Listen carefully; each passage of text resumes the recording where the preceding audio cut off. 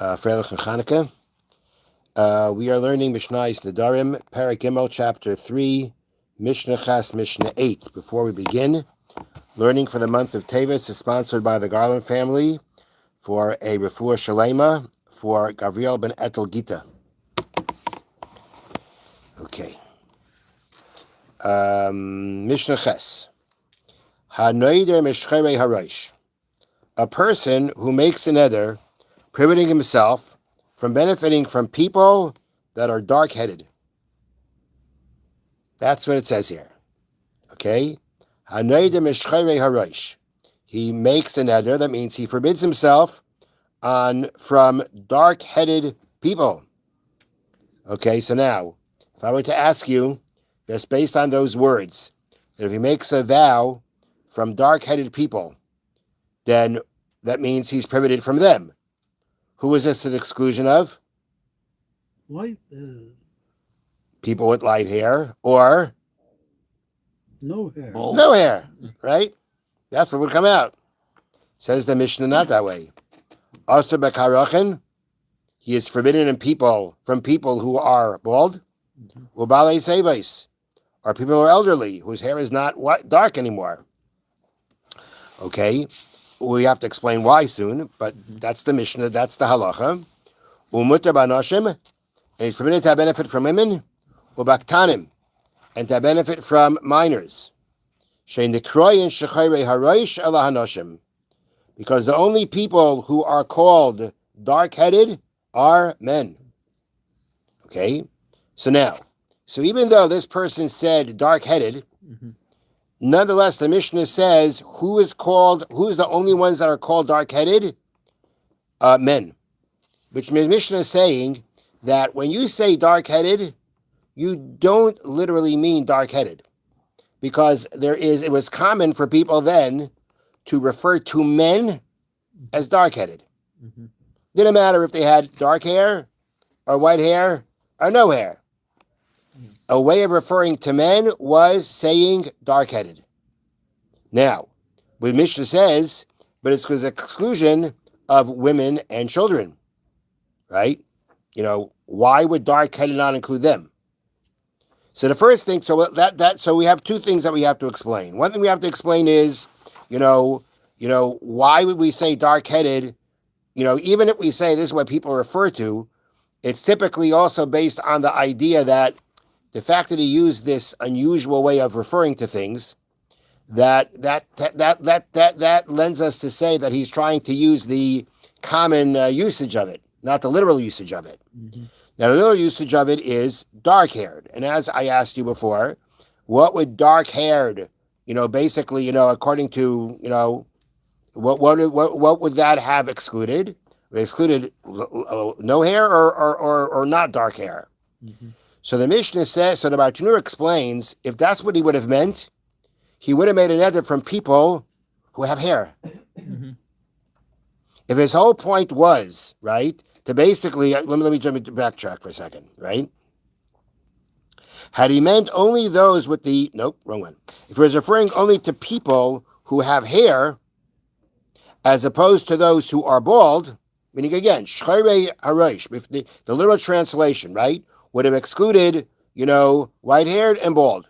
Now, if this person meant to, if he was only referring to people who have hair, as opposed to those who are bald, he would simply have said those who have hair. Instead, he said the dark-headed, because he wanted to include bald people. Clearly, then, he is not using the dark-headed to mean only people with dark hair, since that would exclude the bald. Rather, he is using the term according to its popular meaning, which is all men, not only the bald, but also the old, whose hair is gray or white. Meaning, the starting point here is that he uses the word dark-haired. So we said, what would dark-haired have at first glance excluded?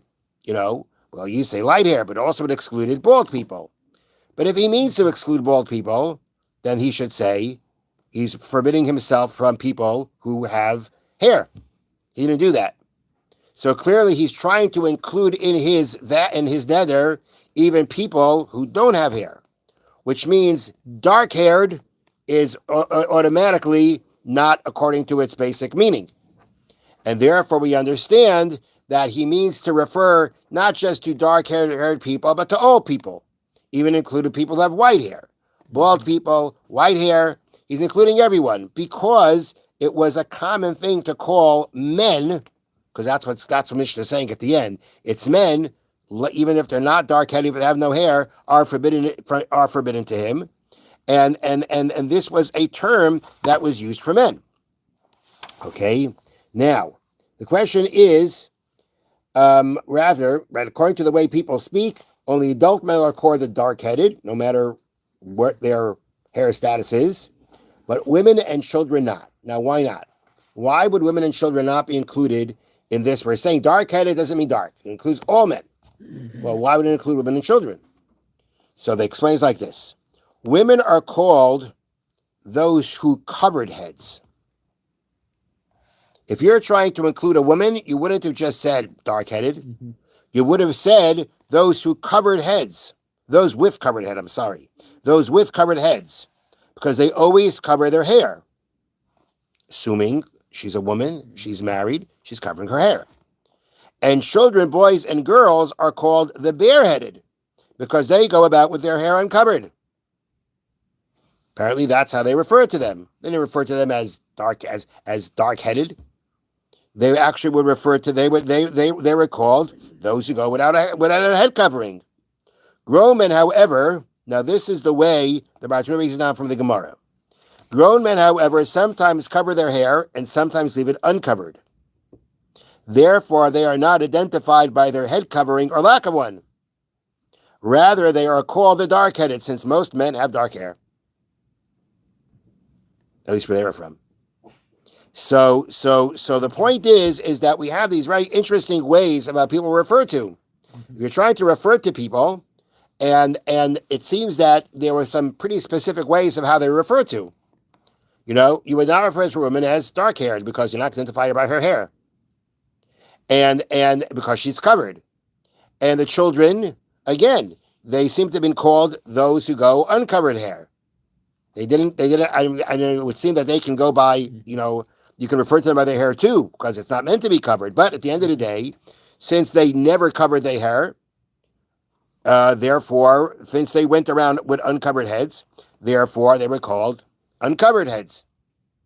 The men were called dark-headed because, number one, they were identified by they didn't always cover their hair, and most men were dark-headed, and therefore that's a refer to. Now here they add in the bracket something important. The Gemara implies, because what I just mentioned is the Bartanura quote in the Gemara. The Gemara implies that men are not forbidden to go bareheaded. Right? If we're saying that sometimes men went, that means there's nothing wrong with going bareheaded. Yeah. Nevertheless, it is a centuries-old practice for both men and boys to wear a head covering at all times as a constant reminder of Hashem's presence.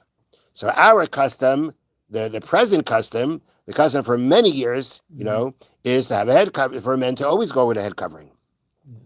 But clearly there were times, and times in the Gemara, that it wasn't necessarily that way, that men always went with their head covered, and therefore they are not going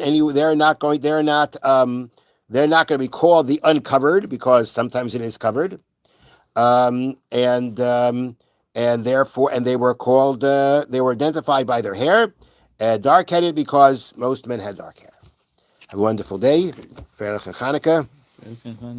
Thank you very much.